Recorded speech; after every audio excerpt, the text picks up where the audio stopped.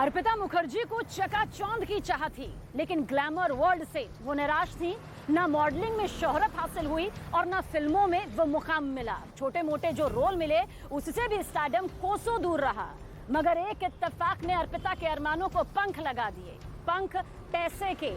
Belgharia town की अर्पिता अचानक कोलकाता की कैश क्वीन नहीं बनी। इस कहानी में एक नोट छापने वाला नेता था, एक बहुत बड़ा खजाना जिसका रास्ता एक फ्लैट से निकलता था। पार्थ चटर्जी ने अर्पिता मुखर्जी के फ्लैट को निजी मिनी बैंक में तब्दील कर दिया था। देखिए पार्टनर ब्यूटी विद ब्रेन।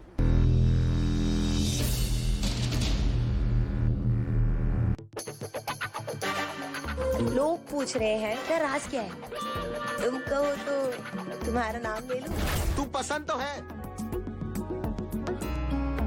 पर अब चाहिए नहीं। जो कभी मिला मुझे है नहीं, मुझे जिसके प्यार पर हो। मैं तो अपनी फेवरेट हूँ, मुझे तो मैं हमेशा ही अच्छी लगती हूँ।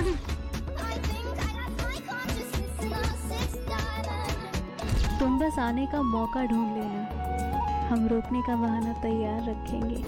किसी रील में अंग्रेजी डराना,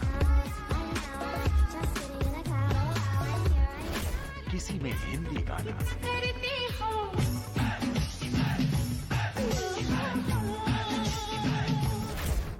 जिस गीत की धूम उस पर अर्पिता मुखर्जी की थी, लेकिन सब में एक बात कॉमन, बोल्ड, बिंदास और दिलकश अदाएं।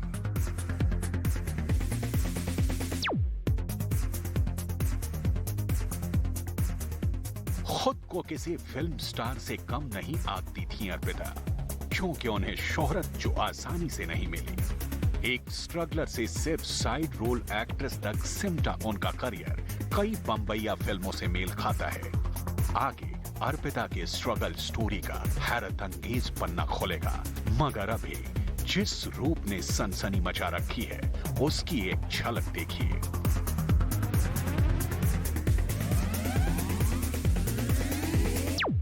ये है अर्पिता मुखर्जी का स्टाइल। सैर सपाटे की शौकीन, मस्ती क्वीन, जिस पर फिटनेस का फितूर चढ़ा था। स्विमिंग पूल में गजब ढाता अर्पिता का ये फोटोशूट देखिए।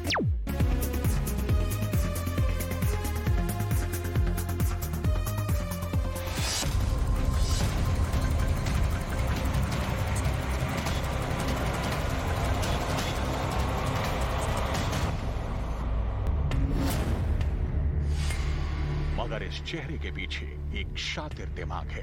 इसका पता जमाने को 23 जुलाई की रात को चला, जब ईडी ने अर्पिता के फ्लैट पर दस्तक दी। पहली नजर में अफसरों को मायूसी ही हाथ लगी थी।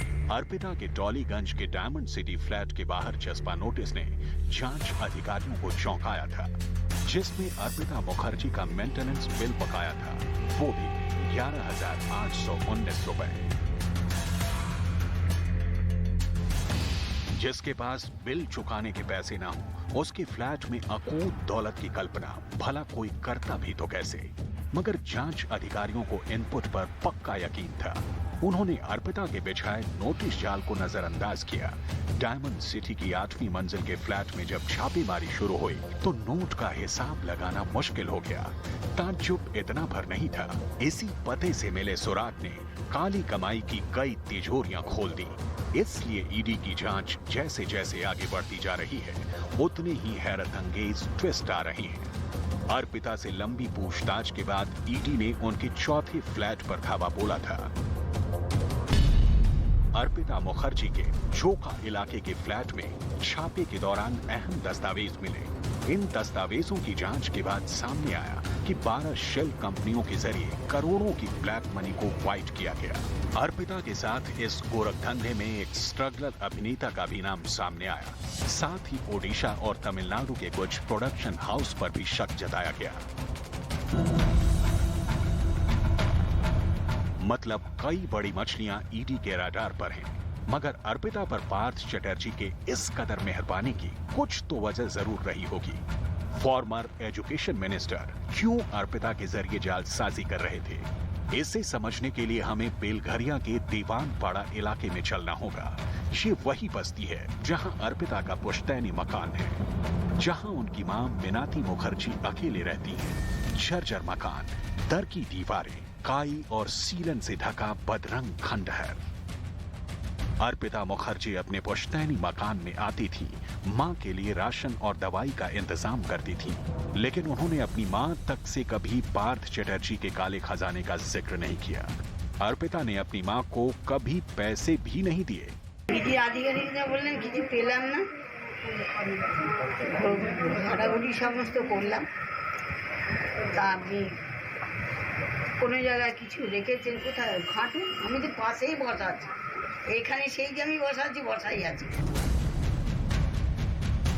क्या इसलिए जमाने की नजर में तंगहाल अर्पिता को पार्थ ने मालामाल होने के लिए चुना? इसी घर में अर्पिता की परवरिश हुई।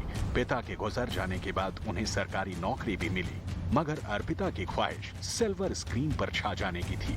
उन्होंने इसके लिए पहले मॉडलिंग को चुना, छोटे मोटे विज्ञापन किए, पहचान बनी तो उड़िया फिल्म में हाथ आजमाया।